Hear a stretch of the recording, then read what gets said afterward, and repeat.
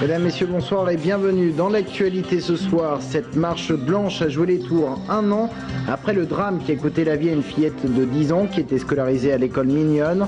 300 personnes environ cet après-midi pour un cortège précédé d'enfants et qui a relié l'école au lieu du drame, là où une camionnette de la gendarmerie a fauché un groupe d'élèves.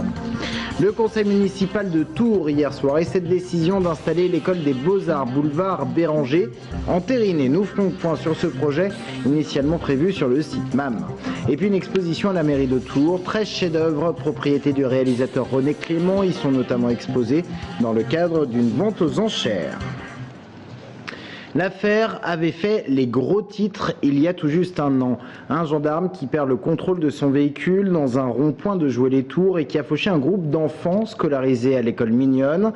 Une fille de 10 ans avait alors perdu la vie. Un an après, une marche blanche était organisée aujourd'hui, ayant défilé plusieurs centaines de personnes avec en tête des enfants. Jérôme Alain. Un an, jour pour jour après les faits, la famille de Mélanie, les victimes, les camarades de classe, les parents d'élèves, les professeurs et amis étaient réunis en ce mercredi en la mémoire de la fillette de 10 ans, disparue dans le dramatique accident survenu le 30 mai 2011. Une marche en silence entre l'école Mignonne et le lieu de l'accident pour commémorer cette journée douloureuse qui avait bouleversé l'école et la ville de Joué-les-Tours. Un an après, le père de Mélanie souhaite savoir ce qui s'est réellement passé ce jour-là, mais depuis, la peine est restée vive. C'est une mélancolie qui s'installe, une fatigue morale. La vie s'est arrêtée, quoi. Voilà. La vive douleur est partie, mais maintenant c'est lancinant. C'est très dur. C'est très dur. C'est très dur, voilà.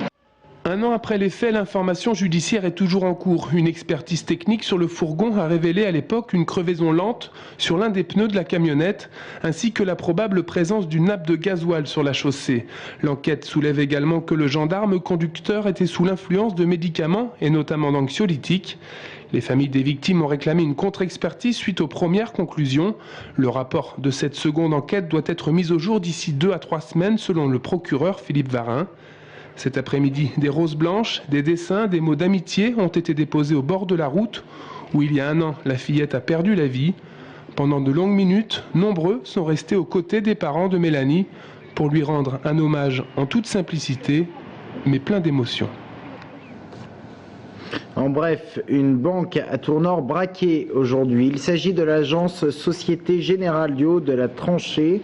Un homme y a fait éruption ce matin armé d'un fusil. L'enquête a été confiée à la police judiciaire. Et puis toujours en bref, de violents orages ont eu lieu en fin d'après-midi entre 16h et 17h, notamment dans les régions d'Amboise et du Chinonais. Chinon, où les pompiers sont intervenus une bonne vingtaine de fois pour des caves inondées ou des fuites de toiture. Une alerte tardive avait été émise sur les 6 départements de la région centre. La cellule orageuse se déplace actuellement vers l'ouest. Conseil municipal à Tours hier soir. Pendant plusieurs heures, les élus ont discuté notamment de la politique de la ville en matière de logement social. Conseil municipal où l'on a appris que la mairie pourrait faire l'économie d'une déclaration d'utilité publique au sujet de l'aménagement de l'îlot Vinci. 2 tours doivent être construites à cet emplacement après destruction des bâtiments encore existants. Les derniers propriétaires récalcitrants seraient sur la voie, je cite, de la raison. Et puis, autre sujet de ce conseil municipal, l'école des Beaux-Arts, elle va s'installer boulevard Béranger, contrairement au projet initial qui concernait le site MAM. Le nouvel emplacement a été acté hier soir. Brian Bock. C'est ici que le centre de ressources en langue laissera place à l'école des Beaux-Arts. Le conseil municipal a tranché et a voté une convention concernant la libération des locaux du site universitaire Béranger. Cette décision anticipe le départ prochain de l'école régionale des Beaux-Arts, le haut de la rue nationale. J'ai demandé à l'école des Beaux-Arts de prévoir de façon provisoire 3 ou 4 ans un déménagement sur le site actuel de Béranger qui était occupé par l'université mais qui va être libéré. Une partie de l'université va à l'ancienne école d'application du train et une partie dans les locaux de la faculté des tanneurs. Alors, Quand on déplace des gens, ça pose toujours un certain nombre de problèmes. J'ai fait ce soir des propositions qui, à mon avis, sont de nature à régler cette question. À terme, l'école des Beaux-Arts de Tours prendra place sur le site de l'ancienne imprimerie MAM. Mais par manque de financement, l'école devra attendre. Pour Bruno Lavillatte, conseiller municipal de l'opposition, le transfert des installations artistiques aurait pu se faire directement sans passer par la case Béranger.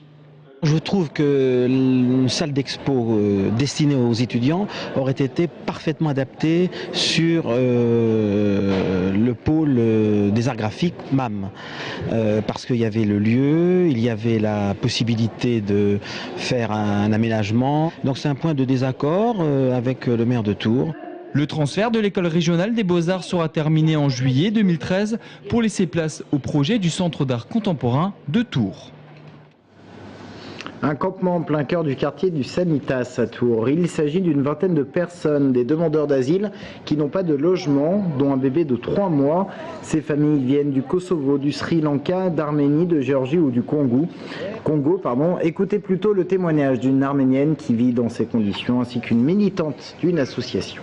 Ça fait 3 ans que nous sommes dans la rue et sans dette, sans situation stable, sans d'argent, sans rien de ressources. C'est pas vie. C'est très terrible. Pendant la nuit, la neige, il pleut, aussi le soleil. Est-ce que je peux faire? Dites-moi. Il y a des tas de gens qui sont dans la rue, qui font le 115, on leur refuse tout hébergement, français ou pas, papier ou pas, hein, c'est tout pour tout le monde pareil. Là on vient là, c'est le Sanitas, c'est pas rien parce qu'il y a des logements vides, il y a des gens dans la rue, cherchez l'erreur, et la seule réponse qu'on a, c'est l'huissier. Propos recueillis par Lucie Secconi. Les chiffres du chômage pour le mois d'avril, hausse de 0,3% en région centre des demandeurs de catégorie A par rapport au mois de mars, 0,5% de hausse en Indre-et-Loire et 1% de hausse en Loire-et-Cher. La politique et les législatives. Ce soir, focus sur la 4e circonscription d'Indre-et-Loire, celle du député sortant, l'UMP Hervé Novelli. Il s'agit de celle qui englobe Joué-les-Tours, Chinon ou encore Richelieu. Le principal adversaire d'Hervé Novelli, c'est le socialiste Laurent Baumel. Portrait de circonscription avec Anaïs Michaud. Visite d'une usine de mortier pour l'un, d'une association d'insertion pour l'autre, 2 registres mais une même démarche. Laurent Baumel et Hervé Novelli sont en campagne. Et l'enjeu est de taille sur la 4e circonscription. Le député UMP sortant pourrait bien être sur un siège éjectable, puisqu'ici François Hollande est arrivé en tête au second tour des présidentielles avec 52% des suffrages. Pour Laurent Baumel, le candidat PS, le changement c'est maintenant. Je pense que Hervé Novelli a été élu député pour la première fois il y a une vingtaine d'années et que peut-être un certain nombre de gens peuvent être aussi sensibles à l'intérêt qu'il peut y avoir à tourner une page aussi dans cette circonscription. Il a été ministre, il a fait des choses dans le cadre d'un gouvernement qui a quand même globalement échoué. Parce qu'il était porteur d'une orientation politique libérale, faisant tout reposer sur le jeu du marché. Et je pense que ça n'a pas marché, qu'Hervé Novelli, quelque part, est comptable de ce bilan. Un bilan pourtant dont l'ancien ministre ne rougit pas. Et selon lui, si Nicolas Sarkozy a été évincé de l'Élysée par les Français, c'était plus un rejet de sa personne que de l'UMP. J'ai la prétention de penser, et j'en suis convaincu, que dans chaque circonscription, il n'y aura pas un reflet mécanique du score de la présidentielle. Il y a ce qu'on appelle l'action du député, son coefficient personnel. Je crois que j'ai un bilan, j'ai un bon bilan au gouvernement et aussi dans ce territoire où j'ai beaucoup travaillé au service des habitantes et des habitants. Et je pense qu'on fera la différence et je suis très confiant compte tenu de l'accueil que je reçois partout. Avec environ 20% des suffrages dans le Richelet, le Bouchardais et Sainte-Maure, le Front National était plutôt bien positionné lors des présidentielles dans la 4e circonscription. Du coup, la jeune candidate frontiste rêve déjà d'une triangulaire. J'ai choisi de me présenter pour le Front National car depuis un an, je pense que Marine Le Pen incarne réellement un avenir politique. Une nouvelle image du Front National qui m'a énormément séduit. Et comme j'aime énormément la politique, je ne pouvais pas rester sans rien faire. Donc j'ai commencé par militer jusqu'à me présenter aujourd'hui. Je pense qu'au niveau de la 4e circonscription, les gens, je les sens sensibles à cette dynamique, à cette vague bleu marine. On est très bien accueillis, toute mon équipe est très bien accueillie sur les marchés. Non, je sens qu'on peut faire un bon score, je pense que je peux représenter un danger pour mes adversaires. Pour les deux principaux candidats, le FN ne devrait pas transformer l'essai des présidentielles et les votes de contestation pourraient bien se reporter sur l'un ou l'autre des partis.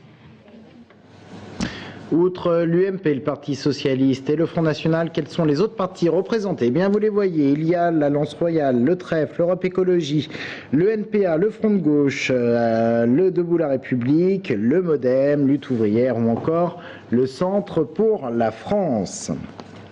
Soulagement dans la communauté musulmane de Blois. La mosquée en chantier depuis 2 ans va pouvoir enfin être achevée grâce à un donateur qui vient de faire remettre un chèque de 780 000 €, soit la moitié du coût global. Et ce donateur, ce n'est autre que Mohamed VI, le roi du Maroc. Lors d'une visite privée en France, un dossier lui avait été remis concernant le projet blésois. Il a donc décidé d'y participer. Du sport et l'ADA Blois qui termine sa saison sur une défaite. Ce week-end, les basketteurs blésois se sont inclinés en finale des playoffs face à Charleville-Mézières, 63-75. Du coup, le club n'accède pas à la Pro B, mais quand même, bonne saison réalisée par l'ADA, dont les joueurs ont été reçus hier soir en mairie. Romain Delville. Se lisait hier soir encore sur le visage des basketteurs blésois.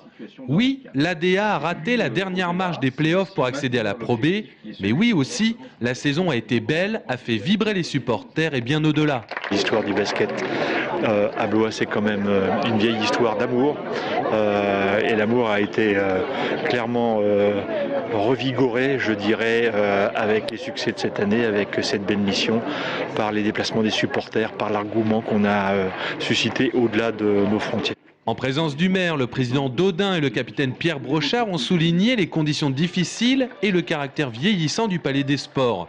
Selon eux, indigne de la N1, a fortiori de la Pro B à laquelle ils aspirent.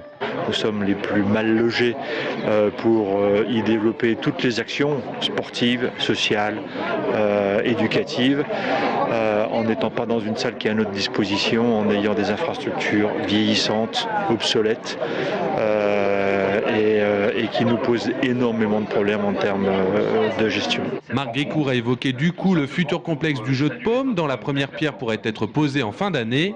En attendant, l'ADA Blois Basket 41 entamera sa 8e saison en National 1. La reprise de l'entraînement est prévue à la mi-août. Et on termine ce journal avec une exposition à l'hôtel de ville de Tours. Il s'agit de 13 chefs-d'œuvre qui appartenaient au réalisateur René Clément, ainsi que des pièces d'art de collection Tourangelle. Toutes ces œuvres seront vendues aux enchères dans le courant du mois de juin. Vous pouvez donc les voir à la mairie de Tours jusqu'à vendredi. Mickaël Briffaut. Le réalisateur René Clément avait pour habitude d'acheter un tableau après chaque film qu'il sortait. Ces œuvres restées longtemps éloignées de l'œil du public ont entre autres influencé le cinéaste français. Jusqu'ici, la plupart des peintures étaient rassemblées dans un hôtel particulier à Monaco. Alors la maison de vente Rouillac a eu l'idée de rassembler en une seule et même pièce ces trésors provenant de différentes collections privées. Parmi les joyaux de cette collection, dans la collection de René Clément, c'est le portrait de Madeleine Gray à la rose. Une femme aux yeux de colle avec un décolleté, une robe de soirée et puis ce collier de perles. Et puis Pépite, découverte sur les bords de la Loire, un tableau de Camille Pissarro, le peintre impressionniste qui représente sa femme en train d'allaiter, de nourrir l'un de ses enfants. Et cette exposition exceptionnelle s'invite dans un lieu inhabituel, la salle des mariages de la mairie plutôt qu'un musée. L'objectif, que le plus grand nombre de Tourangeaux puissent découvrir ses œuvres. On s'est dit que pour montrer ce que la Touraine peut faire, ce qu'elle a apporté à l'art, ce qu'elle va continuer à y apporter, faire cette exposition dans la salle des mariages, salle d'un hôtel de ville construit par Victor Laloux, qui est donc aussi le constructeur du musée d'Orsay, c'était quelque chose de bien. La deuxième raison, c'est que ça permet aux gens d'y venir assez facilement, de façon gratuite. Vendredi midi, l'ensemble des pièces exposées prendra la direction du château de Cheverny pour une vente aux enchères. C'est donc la dernière occasion de voir ces œuvres réunies, des collectionneurs privés étrangers s'étant déjà montrés fortement intéressés. Et mercredi et jeudi, l'exposition est ouverte jusqu'à 20h30. C'est donc ce soir et demain. Voilà, fin de cette édition. Merci de l'avoir suivi. Dans un instant, notre invité est Claude Grève, député sortante de la 2e circonscription d'Indre-et-Loire. Restez avec nous.